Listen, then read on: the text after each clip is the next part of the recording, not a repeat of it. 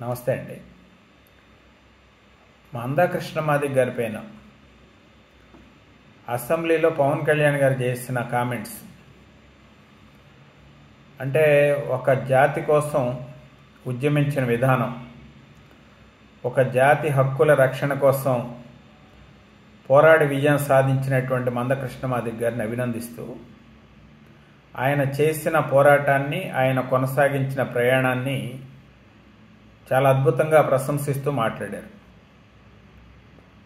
ఆ సందర్భంలోనే యాక్చువల్గా ఏంటంటే ఆంధ్రప్రదేశ్ విడిపోయిన ఆంధ్రప్రదేశ్లో మాదిగల ఓట్ల కంటే మాలల ఓట్లు ఎక్కువ ఉంటాయి.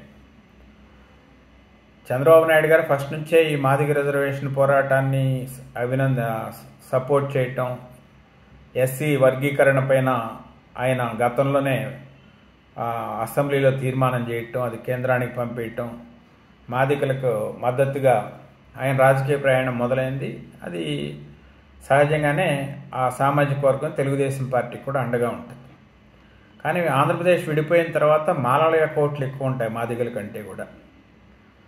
అయినా కానీ పవన్ కళ్యాణ్ గారు రాజకీయ ప్రయోజనాలు ఆశించకుండా, రాజకీయ ప్రయోజనాలు ఎలా ఉన్నా కూడా అణగారినటువంటి వర్గాల ప్రయోజనం కోసం రెల్లి కులస్తులు ఉన్నారు,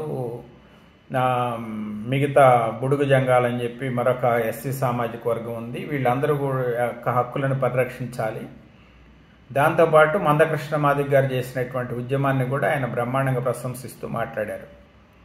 ఇక్కడ ఎందుకు మాట్లాడుకోవాల్సి వస్తుందంటే, గతంలో మందకృష్ణ మాదిగ గారు చంద్రబాబు నాయుడు గారిని కలిసి వచ్చిన తర్వాత బయటకు వచ్చి పవన్ కళ్యాణ్ గారి పైన చేసిన విమర్శలు అందరికి గుర్తుండే ఉంటాయి. పవన్ కళ్యాణ్ గారి పైన ఆయన చాలా కామెంట్స్ చేశారు. కానీ పవన్ కళ్యాణ్ గారు అవన్నీ ఏం మనసులో పెట్టుకోవాలి.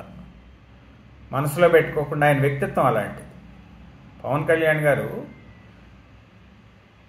మందకృష్ణ మాదిగ గతంలో నా పైన వ్యతిరేకంగా మాట్లాడాడు, ఆయన అభినందిస్తూ మాట్లాడాల్సిన అవసరం ఏంటి అనే కుచిత స్వభావం ఆయనకు ఉండదు.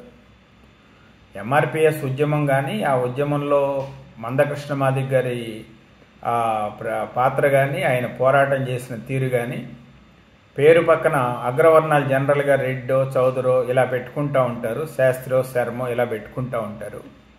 కానీ ఒక దళిత కులాన్ని తన పేరు పక్కన చేర్చుకుని ఆ కులం యొక్క గౌరవాన్ని కాపాడినటువంటి వ్యక్తి మందకృష్ణ మాదిగ అని చెప్పి ఆయన ప్రశంసిస్తూ మాట్లాడినటువంటి విధానాన్ని అయితే నిజంగా చాలా గొప్పగా చెప్పుకోవాలి.